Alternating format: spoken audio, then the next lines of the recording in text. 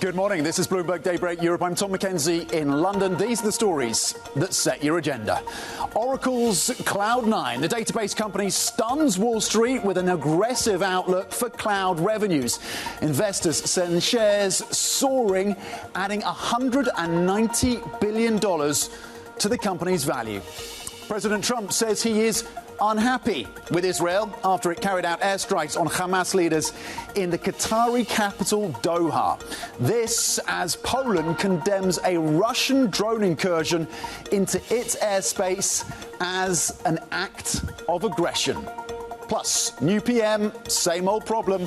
Sebastien Lecornu is set to become France's 5th Prime Minister in just 2 years. His first task, another attempt at unpopular budget reforms.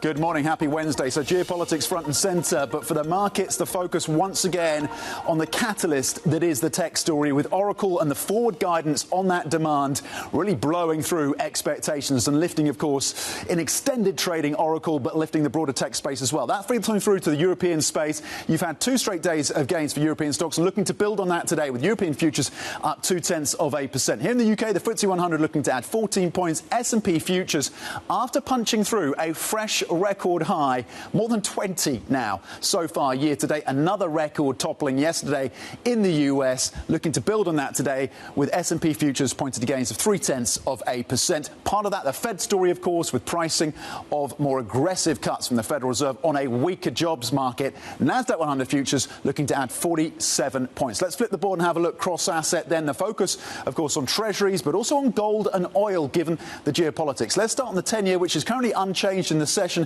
at 4.08 for the 10-year. Euro dollar at 117, a little stronger on dollar weakness for the single currency.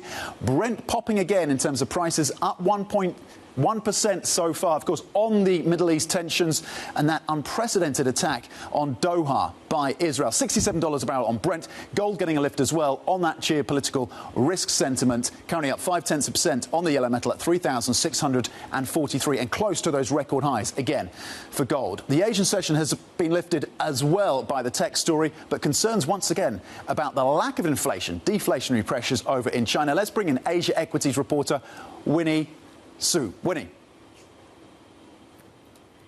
Morning, Tom. So again, another happy day for Asia here. We are right now just about 1% away from hitting that record high for MSCI Asia. And that's really that strong risk appetite that we're seeing ahead of the key U.S. inflation data that is likely to provide a bit more evidence for the Fed's easing path going forward. And like you said, driving that rally are the tech stocks here.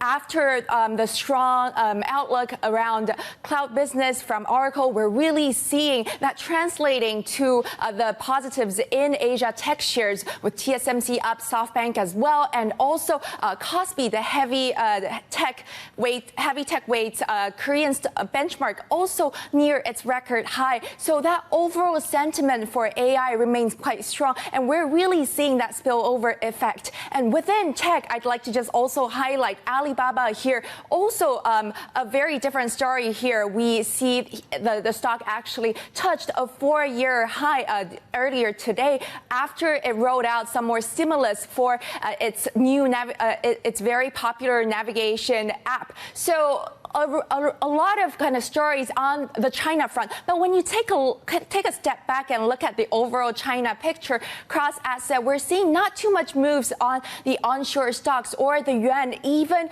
after we saw some of the key data from China. CPI actually a little bit weaker than expected, and that continues to show that the deflationary pressure is still here in China. However, that might potentially point to further policy support from the policymakers, and also goes to tell how the current rally is not really driven by lots of fundamentals. Bloomberg's Asia equities reporter Winnie Su, thank you very much indeed on the Asian session and some of the positivity that's coming through, even as there are concerns remaining around the deflation challenges over in China. A redhead crossing the terminal right now. This is Novo Nordisk to cut 9 9,000 jobs to save around 8 billion Danish kroner by the end of 2026. Of course, the maker of obesity and weight loss drugs, Novo Nordisk, has been under pressure as a result of the competitive challenges from the likes of Eli Lilly. Novo Nordisk then set to cut 9,000 jobs, and we've reported on how closely this company is now tied to the Danish economy. We'll get you the latest and keep across that story for you, but that is a stock to watch at 8 a.m. UK time. Now to tech, where Oracle shares surging, meanwhile, to a record high in extended trading after the company posted a major increase in bookings and gave an aggressive outlook for its cloud infrastructure business. Known for its database software, the company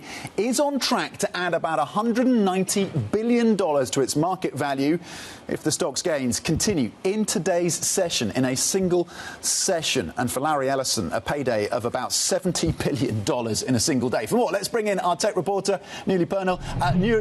Massive moves then around Oracle. What is tied into this?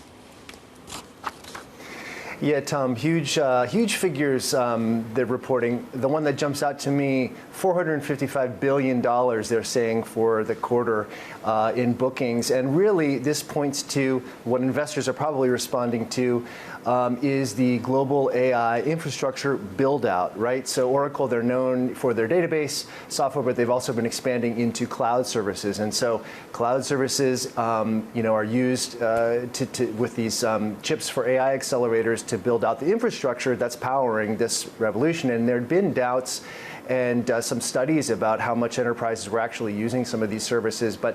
So some had started to speculate, well, is this huge spending on CapEx really going to bear out? Our company is going to continue to spend money. And these numbers from Oracle indicating that, yes, they are.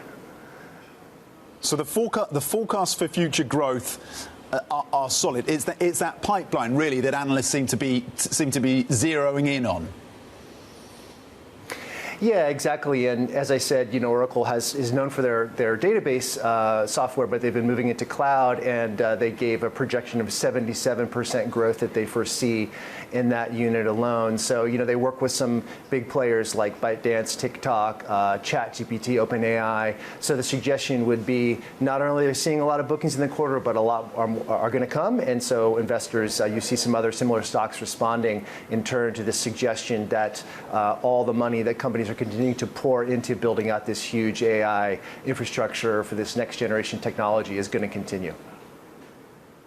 Newly, Apple also in focus, of course, yesterday, unveiling more products and its biggest upgrade really in the last 12 months. The iPhone Air drawing a lot of attention. Just 5.6 millimeters thick? Is that right? 5.6 millimeters thick? Is that enough to kind of keep customers engaged with Apple as it still lags on AI?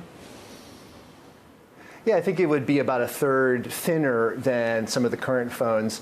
As our colleague Mark Gurman has noted, this is really part of the playbook for what Apple has done in the past, where they introduce products, Air products, thinner, lighter products that have compromises but might set the stage for future products. So, for example, if you're going to make a phone that small, you're going to have to see cutbacks. And so this one, you're going to have to see reductions in what it can do, capabilities. So, for example, the battery will be smaller, so you'll get less performance. Fewer cameras, so one camera instead of the three, which Apple has said, well, they have updates to their software that make it equivalent. And then audio, it will have fewer speakers. So the question is whether consumers will, as we head into the holiday season, are they going to look and say, I really want a skinnier phone? I don't know. I assume that there are a lot of people who love lots of Apple's products who will be willing to shell out. But again, I would say look for what this means probably for the future roadmap for Apple's products. Bloomberg Tech reporter Newly Pernell, thank you very much indeed, walking us through what's happening with Oracle, the lift coming through for the markets there, and Apple's new products. Newly, thank you. Don't forget the next episode, by the way, of Bloomberg Tech Europe this Friday, 6:30 a.m. London time.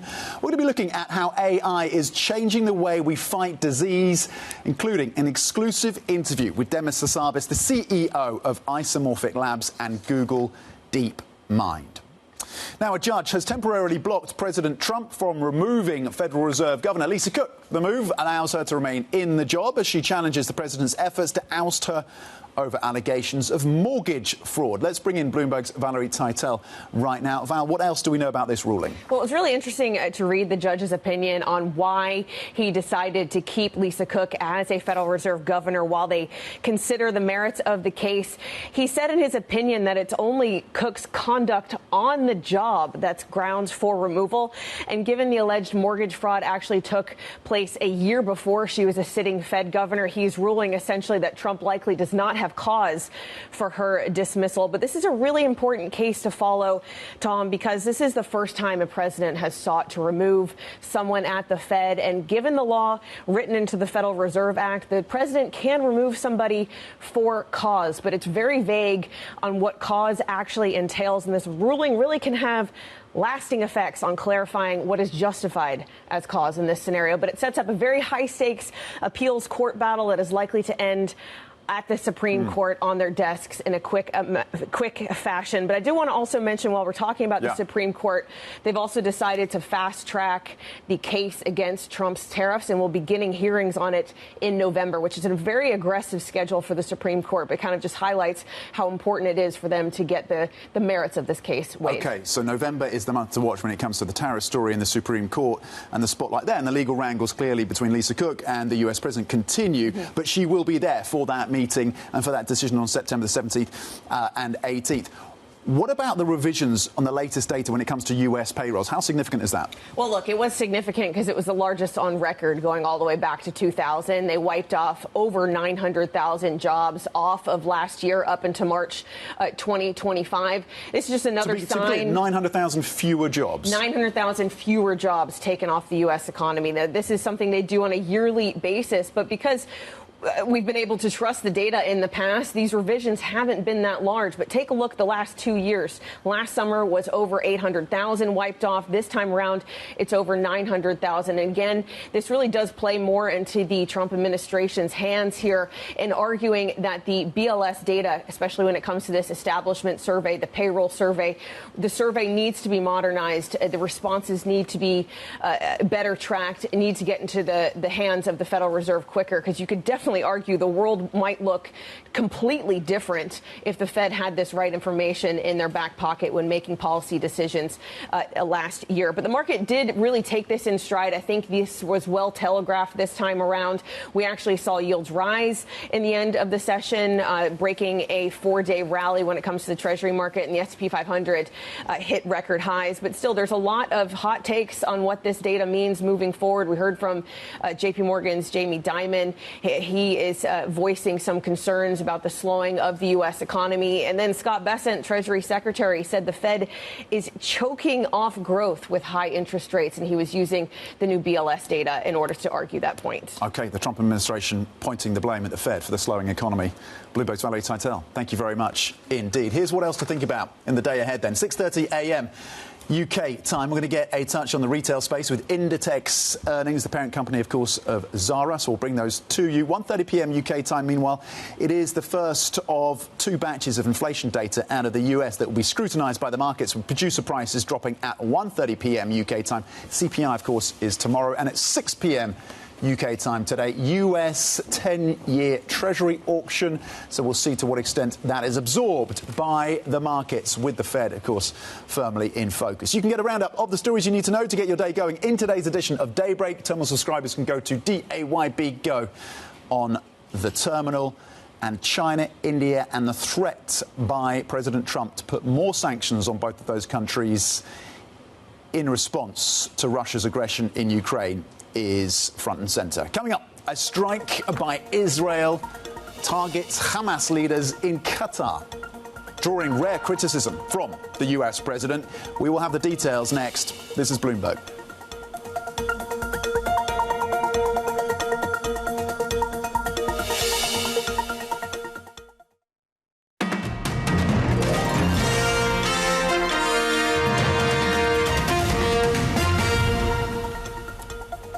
Welcome back to Bloomberg Daybreak Europe. Now, Israel has conducted an unprecedented strike against senior Hamas leaders in the Qatari capital, Doha. The move is widely seen as escalating an already tense standoff between the country and Arab nations over its war in Gaza. The attack drawing rare public criticism from US President Donald Trump, who said he learned of the attack too late to stop it. I'm not thrilled about the whole situation. It's not a good situation. But I will say this, we want the hostages back, but we are not thrilled about the way that went down today. Did they notify you in advance, Mr. President? Did Israel tell you in advance? No. So you were caught by surprise, sir? I'm never surprised by anything, especially when it comes to the Middle East. Well, let's bring in Jumana Basechi now, Horizon's Middle East and Africa anchor out of Dubai, of course. Jumana, talk us through how this unprecedented attack on the city of Doha unfolded.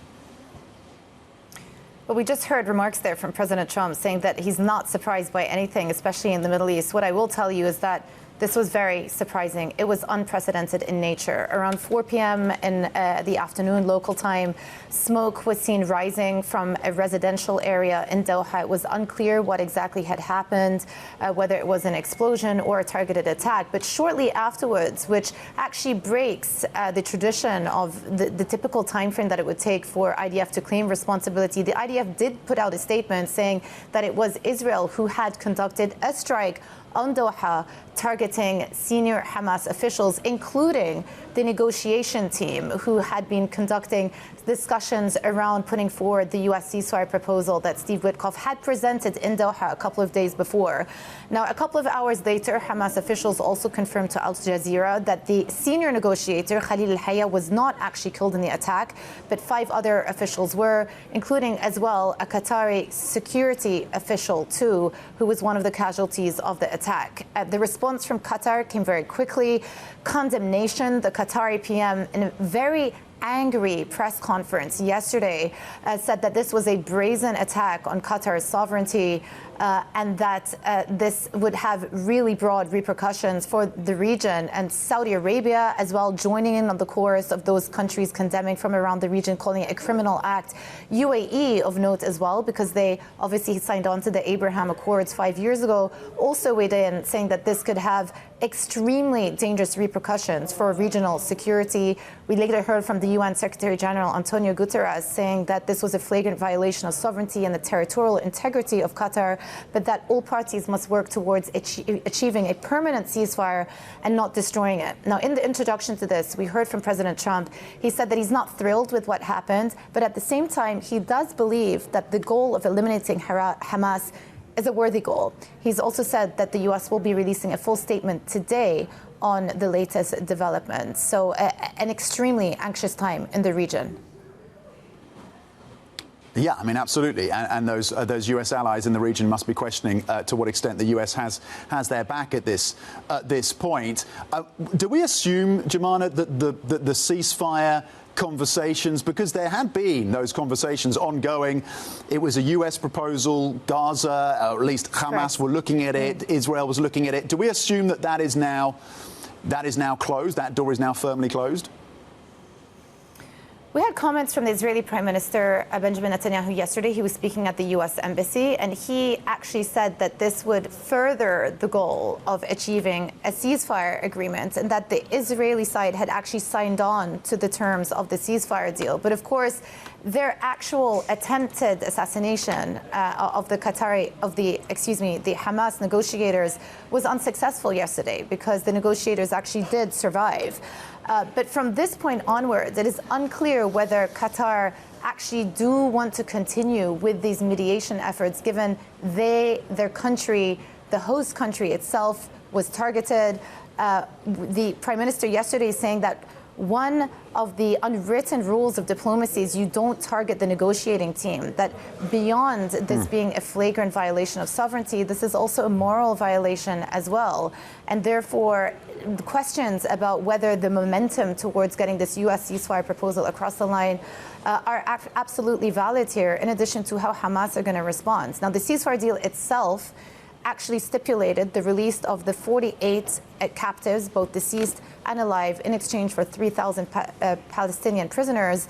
But it also stipulated that Israel withdraw from Gaza in a series of a phased withdrawal, especially with the mounting offensive into Gaza City. And it's interesting that the Israeli Prime Minister has said that they have signed on to it, but we have not yet had an official response from Hamas, and unlikely to see them really signing on to this in the face of what happened last night. Horizons Middle East and Africa anchor Jemana Pasechi, thank you for that important update. Coming up, another Prime Minister in France. Meanwhile, we're going to profile Sebastien Lecornu, who he is, what his background is, and what his challenges are, of course. That is next. This is Bloomberg.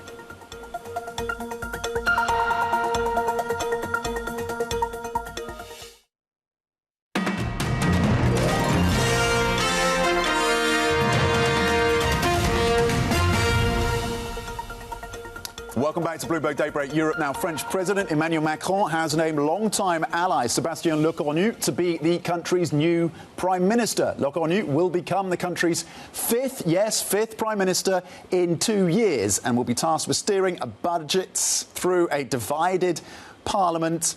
Let's get more with Bloomberg's Caroline Corner in Paris, of course, has been following all of this for us. Caroline, who then is Lecornu and what has been the reaction so far politically to his nomination? Sebastien Lecornu, 39-year-old, quite young, and he has been really one of the closest allies of Emmanuel Macron since the very beginning. He was part of every single government of President Macron since he was elected for his first term back in 2017. In fact, Macron wanted to choose him back in December to succeed Michel Barnier, but then François Bayrou managed to convince him to choose him instead. We saw how that went on Monday. Lecornu has grown to become a respected armed forces minister. He's been the architect of France's rearmament strategy, boosting the defense budget, especially since the war in Ukraine. Before that, he started as a local Republican in Normandy and also worked with the former finance minister Bruno Le Maire. Of course, his nomination has been seen as a provocation by opposition parties because of his proximity with President Macron. The Socialist Party reacted last night with a statement saying none of their lawmakers will actually join this Lecornu government. One socialist, Philippe Brun, even saying this was like a slap in the face for Parliament and for French voters. Now, Lecornu, however, is considered a good listener, a good negotiator, which may actually help to talk to the various sensibilities in the fragmented Parliament. He's even been having dinner with, reportedly, with Marine Le Pen and Jordan Bardella last spring. That doesn't mean, however, that the National Rally will necessarily support him. Marine Le Pen, again, last night calling for new snap elections. We'll see how these negotiations go. The Macron only took 24 hours to name a new prime minister. The government, however, will take a while because Lecornu wants to meet with every single party before forming his government. OK, Bloomberg's Caroline Corner in Paris. Thank you very much indeed with that update. A new Prime Minister, at least Prime Minister in waiting, being appointed by the French President, of course, Emmanuel Macron. Some of the challenges that he will face in the days and weeks ahead. Let's switch focus now to South Korea, which has sent a chartered and will be sending a chartered plane to the US later today to bring home as many as 300 workers detained in a US immigration raid on a Hyundai factory.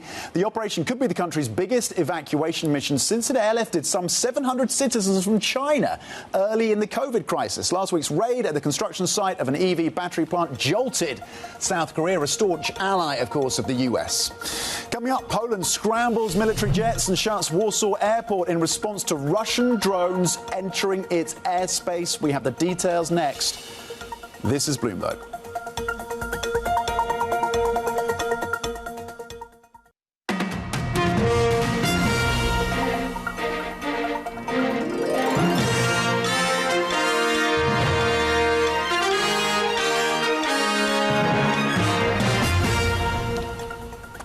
Good morning. This is Bloomberg Daybreak Europe. I'm Tom McKenzie in London. These are the stories that set your agenda. President Trump says he is unhappy with Israel after it carried out airstrikes on Hamas leaders in the Qatari capital, Doha. This as Poland condemns a Russian drone incursion into its airspace as an act of aggression. New PM, same old problem. Sebastien Lecornu is set to become France's fifth prime minister in 2 years. His first task, another attempt at unpopular budget reforms. Plus, Oracle's Cloud9, the database company, stuns Wall Street with an aggressive outlook for cloud revenues. Investors send shares soaring, adding $190 billion to the company's value.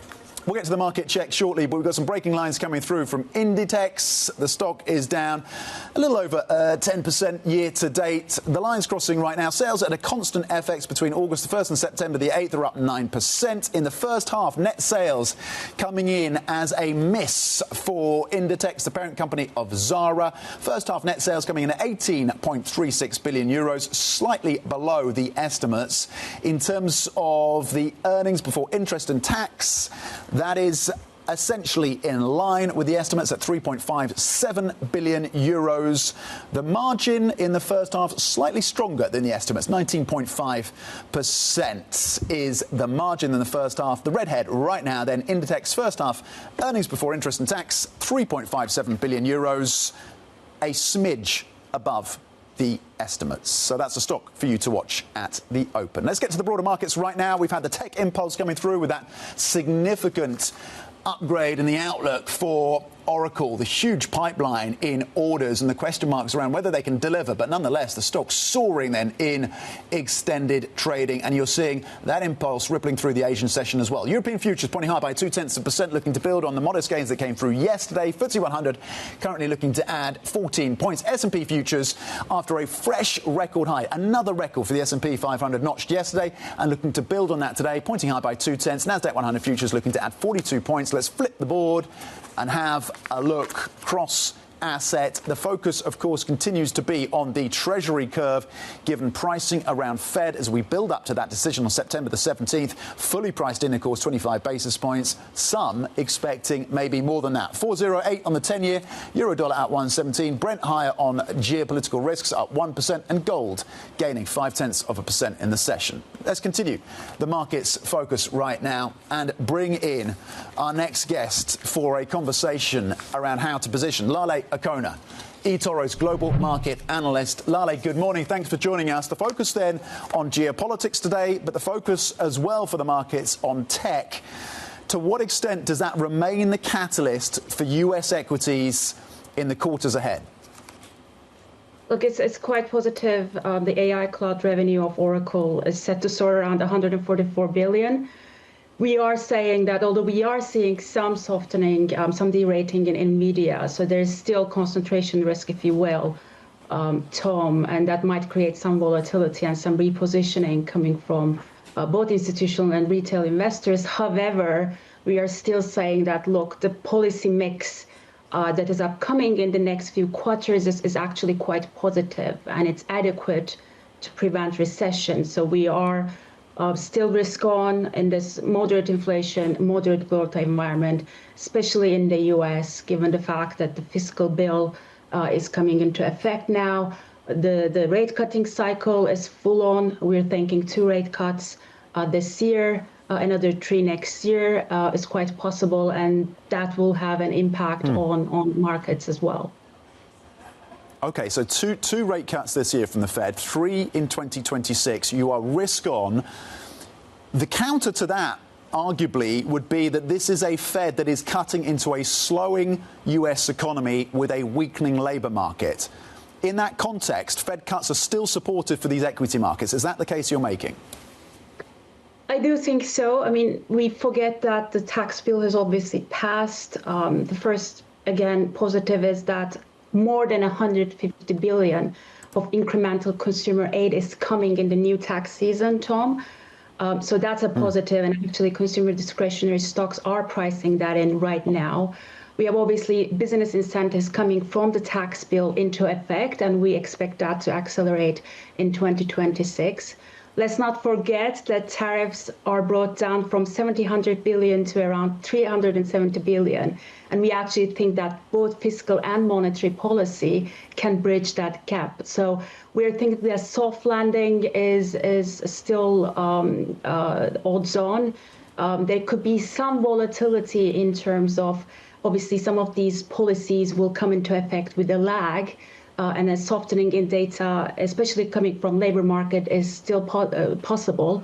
But again, overall, structurally speaking, 2026 will be especially more positive in terms of the macro backdrop. Lale, given that context then, what is your preference in terms of large caps versus small caps in the US market? We like small caps at the moment, Tom, given that they are obviously coming from behind in terms of performance. When you look at their performance, historical performance, they actually perform very well further into the Fed easing cycle, especially when it's around 200 basis points of Fed easing cycle of rate cuts.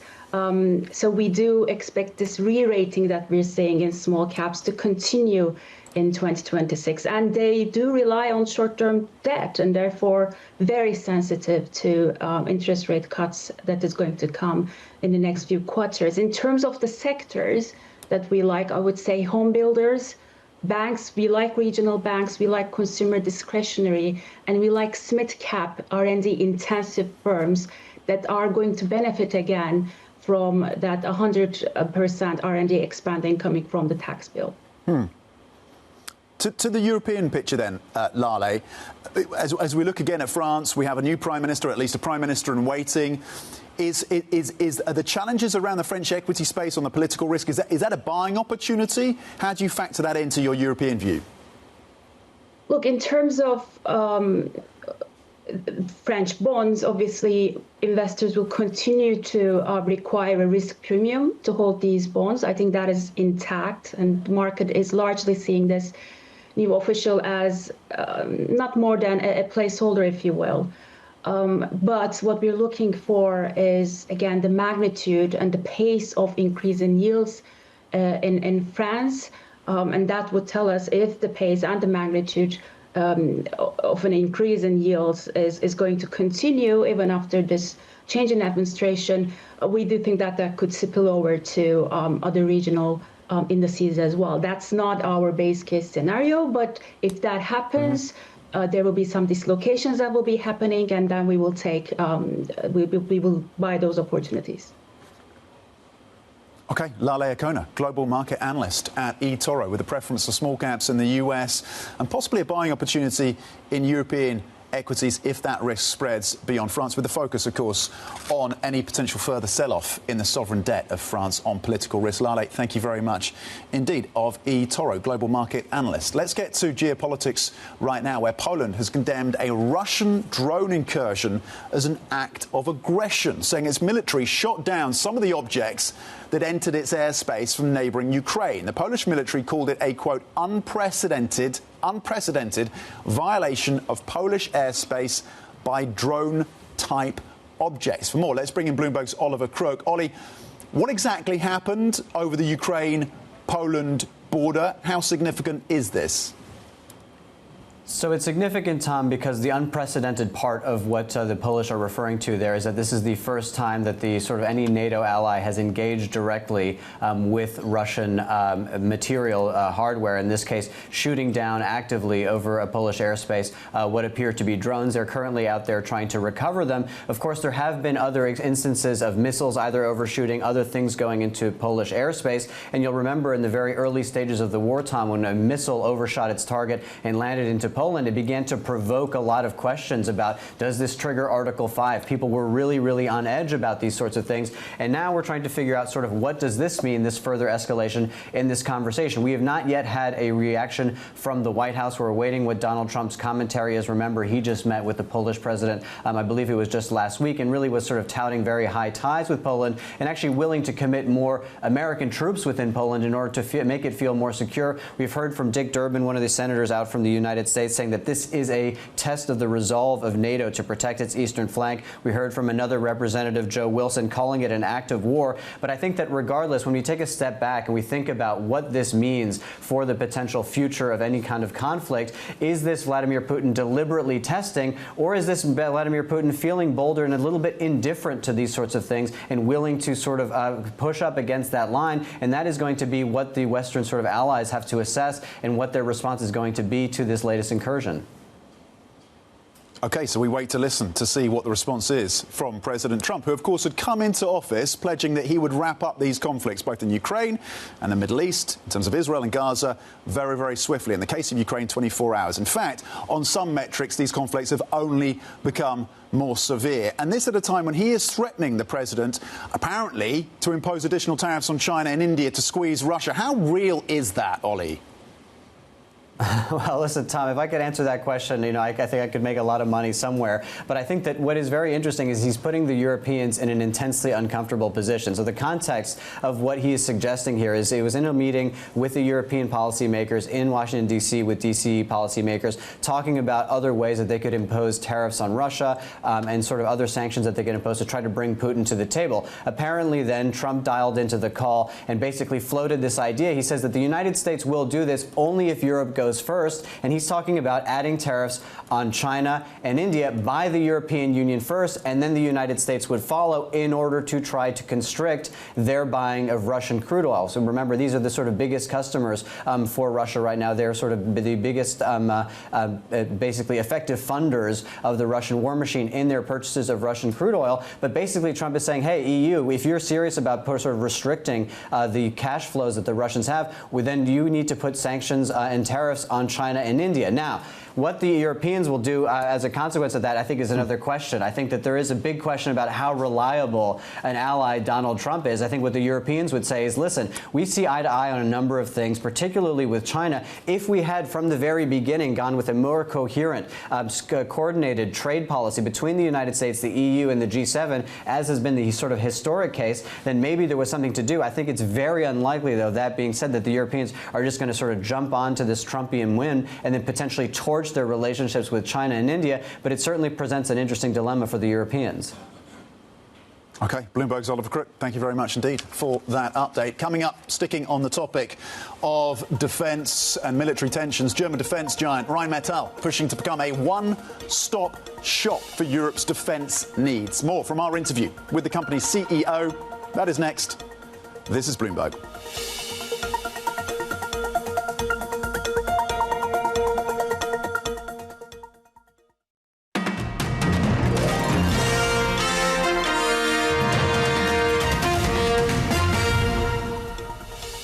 Welcome back to Bloomberg Daybreak Europe. Shares in German defence giant Rheinmetall have surged over the past years, of course, thanks to a pivot in Europe to invest more in defence as war continues in Ukraine.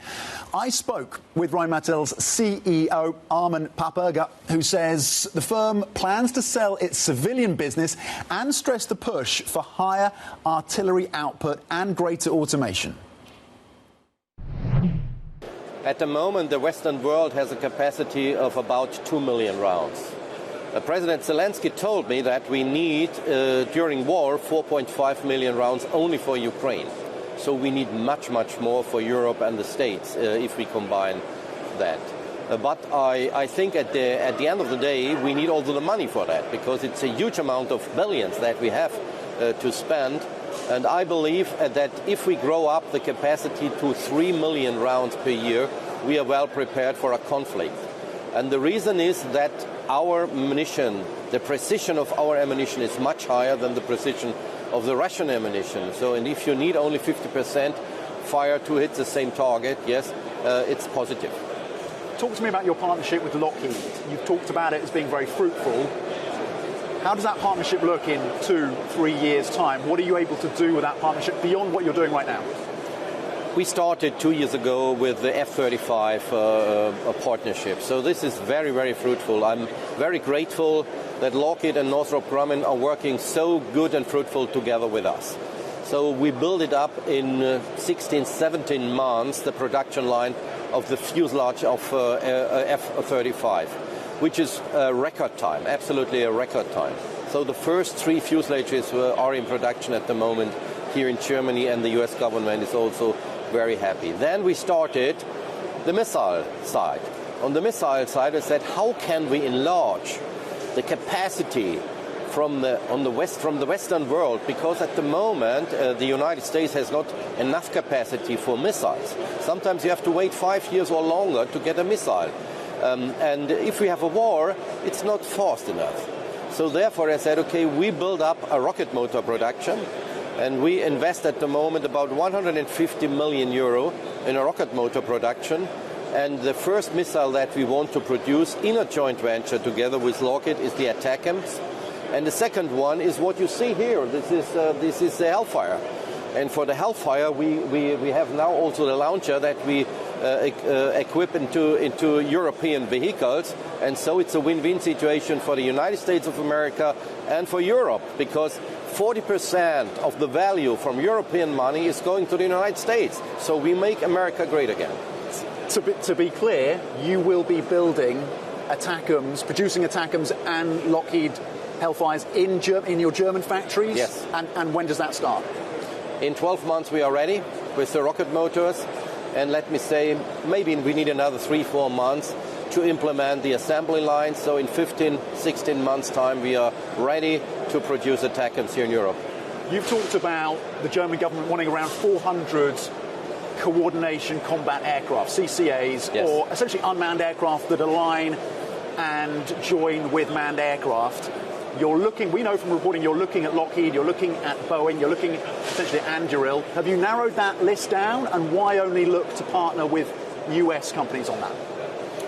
I think that it's very important that the F-35 and the unmanned planes have to fit together. At the moment, I believe that the biggest hit probability to get the contract very clear has Lockheed Martin. The second point is that we and Rheinmetall have such a good relationship, and we have the data management of the US government. We have all the protected data, which is in our factory in Weeze in Germany. The US government, the Pentagon, takes care about all that data.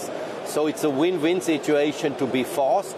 And at the end of the day, Europe needs the products now. We don't need it in 10 years. So they are ready, nearly ready on the development side. So we are very near to that to make it happen. Who's the front runner right now? Is it Anduril, Lockheed, Boeing? I think it's Lockheed. It's Lockheed at the moment. Yeah. When it comes to the civilian business, can you give us an update in terms of the potential sale of that? Whether you've had more interest? Are you closer to a point where you're able to sell that part of the business? We will take the civilian business out of the top line in the next quarter. And I think that we can, in the first quarter, sell the business. This is our plan, and this is what we want to do. And we want to focus on defense. Okay, the CEO of Rheinmetall speaking to me in London. In other news, Klarna's market debut is set to bring a multi-billion-dollar windfall to its largest investor, Sequoia Capital. That's after the Swedish company priced its IPO at $40 a share for an implied market value of just over $15 billion. That gives Sequoia's stake a value of $3.2 billion at the time Klarna's shares priced yesterday. Shares in the buy now, pay later company start trading in New York later today. Plenty more coming up. We're going to talk about the job cuts at Novo Nordisk and reflect on the outlook for Oracle. That's coming up. This is Bloomberg.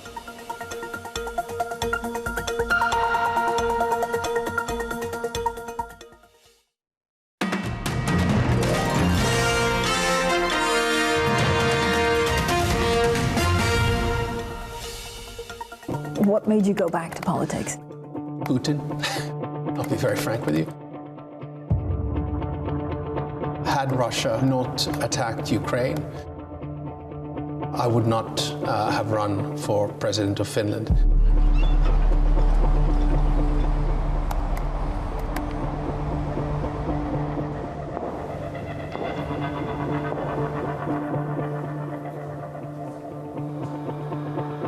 This was built in the 1800s later, when the Tsar took over the palace. And this is mirroring the Winter Palace in St. Petersburg, but It's called the Hall of Mirrors. So we have the mirrors on this side.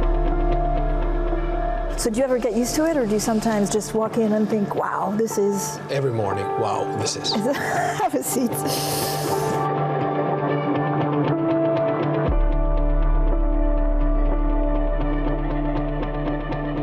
Talk to me about resilience. It's something I think we in Finland know something about, actually. It's one of our key words. It's sisu, which is resilience, perseverance, grit, stamina. So you never give up. You just have to keep on pushing and grinding through the tough stuff. And I think a lot of Finns have that ingrained into the system, because remember, we're a poor country. First we were under Sweden for 700 years, then under Russia for a little bit over 100. And when we gained independence in 1917, we were basically a poor developing country. And I think then this sort of idea of resilience, let's try to overcome, let's work hard, came very much a part of Finnish DNA, and I think I'm still part of that generation.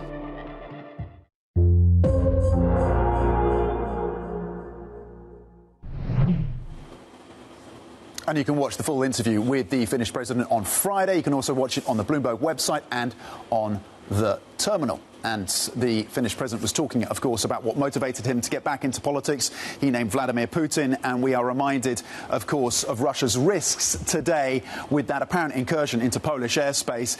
And also President Trump suggesting that he could look to put further measures on both India and China to pressure them on Russia. This is a reflection in terms of the level of sanctions that have already been implied by the US and its allies in Europe on Russia, as they look maybe at other elements that they could put pressure on Putin, whether it's the dark fleet, the banking sector or the oil majors.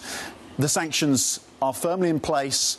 The economy has been more resilient than many have expected, though there are cracks now showing up in that Russian economy. Let's split the board and have a look at a very different story. This is the corporate that is Novo Nordisk, and the announcement that it's cutting 9,000 jobs, 11% of its workforce, to save $1.3 billion as it faces that competition from the likes of Eli Lilly around obesity and diabetes.